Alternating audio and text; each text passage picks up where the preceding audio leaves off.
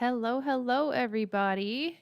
I wanted to get on here today and do a little recap of the episode that I did last night with Paxton over at the NATV Podcast Network.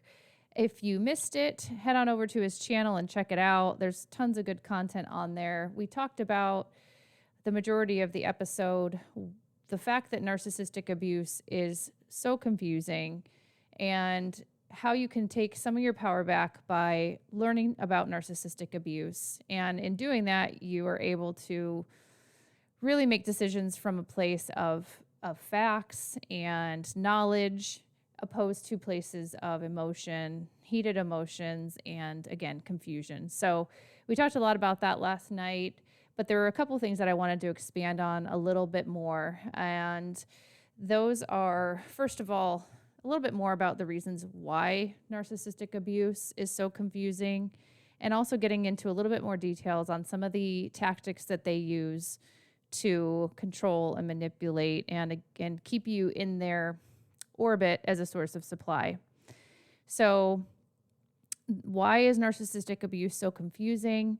I boil it down to three main reasons. And the first one I touched on a little bit last night, but it's the fact that it can be very subtle. So there's two types of narcissists. There is the overt narcissist and the covert narcissist. Overt narcissists are it's kind of what you picture when you think of somebody who's narcissistic. They're that classic, outwardly, someone who shows a lot of self-importance. They exaggerate their accomplishments. It's clear that their image is everything to them, and they will do anything and everything to build themselves up in the minds of others. They're very easy to spot. It's the covert narcissists that are harder to detect. They have a very quiet superiority. They are subtly manipulative. They use a lot of passive aggressive behaviors. And behind closed doors, they are more insecure. They're more self-critical outwardly than the overt narcissist is. They're very, very, very sensitive to being criticized. And the fact that they are so subtle about the abuse is what makes it, again, so confusing, because it leaves you questioning your reality when someone can be so quietly manipulative, can use that passive aggressive behavior. It leads to a great deal of confusion. So the fact that there is this covert narcissistic behavior out there is one of the main reasons, again, why it's so confusing. Number two, why narcissistic abuse is so confusing is that you feel like you're experiencing multiple versions of the person. And you experience a person behind closed doors that's different than how they portray themselves in public. And this is actually one of the biggest barriers that victims of covert narcissism have to leaving, because you see your partner behaving in a way that you would want them to behave out in public. But again, once they're behind closed doors with you, it oftentimes is a very different person. So it leaves you feeling like you're to blame because they act like this way in front of everybody else, but when they're alone and behind closed doors with you, they act much different. So it makes you internalize, and it makes you, again, just confused about the situation. Why are there two different versions of this person? And also, when it comes time to finally move out of isolation and speak your truth, you don't expect to be believed, because everybody around you, unless you've confided in some people, the majority of people have no idea of what's going on. I remember when I first separated from my ex, especially neighbors who saw, our interactions day to day out there in the neighborhood or at gatherings, they couldn't believe the things that were happening behind closed doors. So it makes it difficult, and it is a barrier sometimes to leaving when this persona that everybody else has seen is not what you're getting behind closed doors. So that's reason number two why it's so confusing. Reason number three, and touched on this a little bit last night, is that you're constantly on a roller coaster of high highs and low lows. It's much like a substance use addiction, and you continue to be pulled back in spite of the fact that there are really hard times. There's also times that are okay, that are good, And it keeps you clinging to hope that he or she will change, that things will ultimately get better, that they will seek help. And it becomes a vicious cycle of feeling good one minute in the relationship, and the next minute not feeling good. So those are 3 reasons for me why I believe narcissistic abuse is so confusing. What are some common tactics that narcissists use?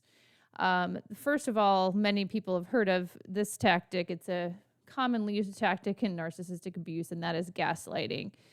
And gaslighting is denying someone's reality to gain control in the relationship and make them question their own sense of judgment. Gaslighting can take place in several different ways. So typically following an abusive incident, the abuser will, first of all, in some cases, just deny the fact that it even happened. They may pretend that they forgot about it. Maybe they were under the influence of drugs or alcohol, and the next day they claim they have zero recollection of it. So you're left to just try to make sense of the situation yourself. They will turn the situation around on you and make you feel like you're to blame for their behavior. All sorts of ways, again, to just make you question your own judgment, and ultimately it ends up making you minimize the situation. So gaslighting is a big tactic. The other one is, I touched on this briefly, it kind of goes under gaslighting, but it's just blaming the partner for their behavior. If you didn't do X, then I wouldn't have had to yell at you or punch through the wall or whatever it might be. You're constantly blamed for the things that they do. The third one is manipulations to get what they want. And there are several ways that they are manipulative, especially covert narcissists, like I mentioned. The first one is just attempting to play on your emotions, such as fear, guilt, loyalty, rather than just using logic and reasoning. So something they may say is, "How dare you do this to me after all I've done for you?" Again, just playing on that guilt and sense of loyalty that, typically you want to have for your partner. They also use black and white reasoning when there are multiple options. So they make it appear that here are your 2 things you can do. It's this way or the highway, rather than, in a healthy partnership, laying out what the different options are and coming to some sort of compromise. They'll also make apologies, empty apologies, and make promises to change and work on themselves. It takes a great deal for somebody with narcissistic personality disorder to change. And if someone is telling you overnight or within a week of something happening that they have changed, don't take that at face value. There's a great deal of work that needs to go into somebody actually changing their narcissistic behavior. They'll also make empty threats. Oftentimes there will be some extreme threat or consequence laid out that they say will happen if you do X, Y, or Z. And the majority of the time, they don't actually follow through with these things, especially I found post-separation. This is something that occurs pretty often. They will also use their partner's vulnerabilities and weaknesses, and that they've had them open up about, and they'll end up using those as weapons against them. So typically narcissists hit you where it hurts the most. And while you are being vulnerable in those moments, they are taking stock of those things, and they will, again, come back to those things when you are hurting or when they need to gain the upper hand, and they will use those things against you. The next common tactic is showing contempt or giving the silent treatment. And I think that's pretty self-explanatory, but it's just a way of them to gain control in the situation. If they can completely shut you out for a period of time, ignore you, they essentially are controlling the narrative, and they can, choose to come back into the conversation whenever they want, and you are just at their mercy. Another thing that they do is dominate and control their partner. So they may just stonewall you and not back down even when they know they are wrong, again, just to maintain control of the situation.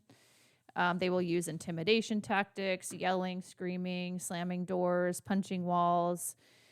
They will also try things like isolating you or dictating who you can spend time with and when. And they may dictate things like how you can dress, how you spend money, how long you can work, if you can work.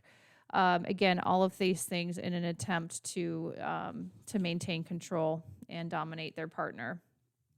The next common tactic that I've touched on a little bit already is just using belittling and humiliating verbally and emotionally. Like I said, they will label you, they will name call, and they typically hurt you where you are most sensitive, and just to cut you down and kind of render you powerless for a period of time. Some things that are common are you're too needy, you're too sensitive, you're a loser, are you stupid?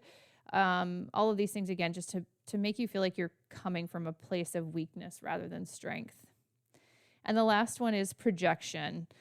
So oftentimes narcissists will use projection to get the focus off of themselves. Their image is very important to them. They never want to be called out for their poor behavior. So if you have confronted them, oftentimes they will just project those things back onto you. They may, in an argument, say that you're the crazy one if you have an emotional reaction. They might call you the narcissist. They may say you're the abuser. And they also may blame you for things that are completely unrelated. So infidelity is an example. A narcissist may accuse you of having an affair when they are doing that very thing themselves behind closed doors. This isn't the case 100% of the time, but oftentimes narcissists will blame you for something that they are actually doing. So when they're blaming you for something that's kind of out of line or out of this world, you may want to think about or dig into whether or not they're actually doing that themselves. So again, those are just some additional thoughts that I had from the live session that I had last night. It was a really good session, and I'm looking forward to doing more of those with Paxton over at the NATV Podcast Network. But again, head over onto his channel. I'll also be posting some segments and some clips from that episode last night. And I am taking one-on-one clients. If you're interested in that, you can just check out the notes here within this video. I've got links to my website where you can contact me there. You can reach me via email. You can also text or call me at my phone number. So if you're struggling with narcissistic abuse, or you're recently out of a relationship and you're kind of spinning your wheels trying to figure out what the next couple of years are going to look like, especially if you are having to continue to work with that person with co-parenting, I would love to support you. My own lived experience spans, a long marriage and a lot of years of post-separation abuse. So I am very well versed in those things, and I'm also certified as a trauma recovery coach. So I have that classroom knowledge as well. So I'd love to work with you. If you're interested, just feel free to reach out. And in the meantime, take care. Let me know if you have any questions. Thank you.